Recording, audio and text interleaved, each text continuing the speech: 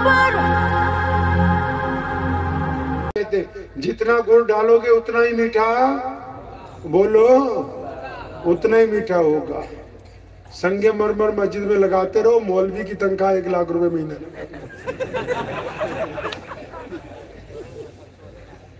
सारे पैसे मस्जिदों पे लगा दो। अब जब तुम लगाओगे नहीं तो वो हदीस पढ़ के, सीरत पढ़ के तुम्हें बताएंगे। हजरत मामला यही है कि नहीं? इन्होंने नहीं मुझे कहा, यह अमूमी बात जो पूरे मुल्क के मुसलमानों की बीमारी है। जितने सरमायादार हैं, रसूलुल्लाह की जिंदगी नहीं पता, रसूलुल्लाह की सुबह शाम ही नहीं पता, बस फतवे पता है। दाढ़ी छोटी है कि बड़ी है, मूछें लंबी है कि बड़ी है, पजामा टखनों से ऊंचा है कि नीचा है, नियत यहाँ बांधी कि यहाँ बांधी। ये फरोई मसाइल हैं, ठीक है, इनकी अपनी जगह अहमियत है, लेकिन ये पूरा दीन नहीं है। हम तो रसूलुल्लाह को छोड़ के बहुत दूर आ गए। कितनी दूर आ गए पता है? आपको पता है कि पैजामा टखनों से ऊंचा रखना चाहिए? पता है कि नहीं? क्या नाम है आपका? इल्मास अरबाज। पैजामा कितना ऊंचा होना चाहिए? क्यों? नबी की सुन्नत। सुने हम कितना रसूलुल्लाह से दूर आ गए। मैं जब पढ़ने के लिए गया ना सहारनपुर, हजरत मौलाना मुफ्ती मुजफ्फर हुसैन साहब रहमतुल्लाह अलैह नाज़िम आला मज़ाहिर उलूम, तो जब हम पढ़ने के लिए गए, हम क्योंकि पंजाब में पैदा हुए, अपने वालिदैन से ही सारा दीन सीखा। मुसलमान बहुत थोड़े से थे उस वक्त। तो वहां मुझे 2-3 गुजराती थे, अब नाम नहीं याद, शायद डायरी में लिखा होगा। तो 2-3 उत्तर दिनाजपुर के थे मेरे साथियों में।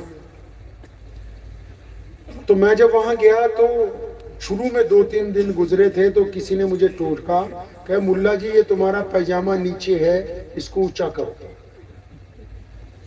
तो मैं ऊंचा कर लेता हूं, कहने लगा इसको ऊंचा कर लो, नहीं तो तुम जहन्नुम में जाओगे। अब मैंने ऊंचा कर लिया, तो पूछा अपने साथियों से, कहने लगा हाँ बिल्कुल सही बात है कि पैजामा टखनों से ऊंचा होना चाहिए, अगर नीचा होगा तो बंदा जहन्नुम में जाएगा। और अच्छा अगर ऊंचा होगा तो जन्नत में, अगर नीचे हो गया तो जी, अगर ये ऊंचा हो गया तो कहां? अरे बोलो भाई, इतनी दूर से बुलवाया, कोई बात तो आप कीजिए ना साथ में। अगर पैजामा टखनों से ऊंचा हुआ तो आप कहां जाएंगे, और अगर नीचे हुआ तो जहन्नुम में। अब मैं जब छुट्टी पे घर गया तो मेरे वालिद हजरत मौलाना हबीबुर रहमान साहब सानी लुधियानवी रहमतुल्लाह अलैह मुफ्ती साहब के यहाँ आए थे। ये मोहम्मद उस वक्त छोटा था बहुत।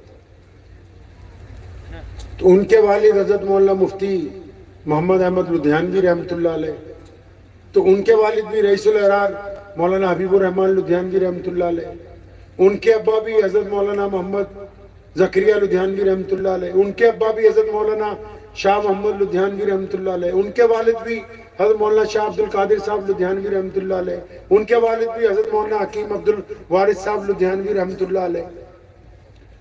तो इतने नस्ल में हो गए मौलवी।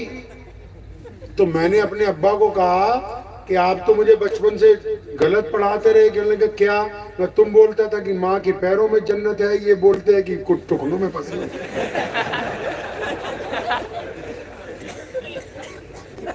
आपने तो कहा था कि माँ के पैरों में है, तो अब ये सहारनपुर वाले क्या बोलते हैं जो टुकड़ों में फंसी हुई है। तो तुम गलत बोलते रहे, तुम पहले बताते हम पजामा ऊंचा रखते जन्नत में पहुंच जाते। तो लेकिन अगर हमने नबी अलैहिस्सलाम को पढ़े, क्योंकि हम गुड़ में मीठा, दूध में गुड़ नहीं डाल रहे, चीनी नहीं घोल रहे ना, हम तो 5 वक्त का इमाम कर रहे हैं। इमाम तो इतनी फुर्सत ही नहीं दे रहे कि ये बेइंतहा माल तेरे लिए है, ये दौलत तेरे लिए है, ये सीरत की किताबें तेरे लिए है, तेरे बच्चों का बीवी का खर्च हमारे जिम्मे, बस तूने तो हमें रसूलुल्लाह की बातें सुनानी है, हमें तो ये चाहिए ही नहीं। हमें तो 5 वक्त नमाज पढ़नी है और फिर इधर गए उधर गए, हमें कोई मतलब नहीं है रसूलुल्लाह की सीरत से। सुनो, हमारे नबी अलैहिस्सलाम ने कहा, ये बात दुरुस्त है कि पैजामा टखनों से ऊंचा होना चाहिए। ये बात दुरुस्त है कि ये टखनों से ऊंचा होगा तो आपको जन्नत मिल सकती है, लेकिन जिस दिन प्यारे पैगंबर ने ये कहा था कि अपना पैजामा अपनी लुंगी टखनों से ऊंची कर लो, तो उनके एक दोस्त सबसे पहले आए दौड़ते हुए और उनका नाम अबू बकर है। फरमाया या रसूलुल्लाह, आपने ये हुक्म जारी कर दिया कि पैजामा टखनों से ऊंचा रखो, मेरा जिस्म तो अक्सर मेरी लुंगी झलक जाती है। फरमाया अबू बकर तेरे लिए थोड़ी कहा है यार, तुम्हारे लिए थोड़ी कहा है, ऊंचा तो रखना है, अचानक ढलक गया कोई बात नहीं। या रसूलल्लाह आपने क्यों हुक्म दिया?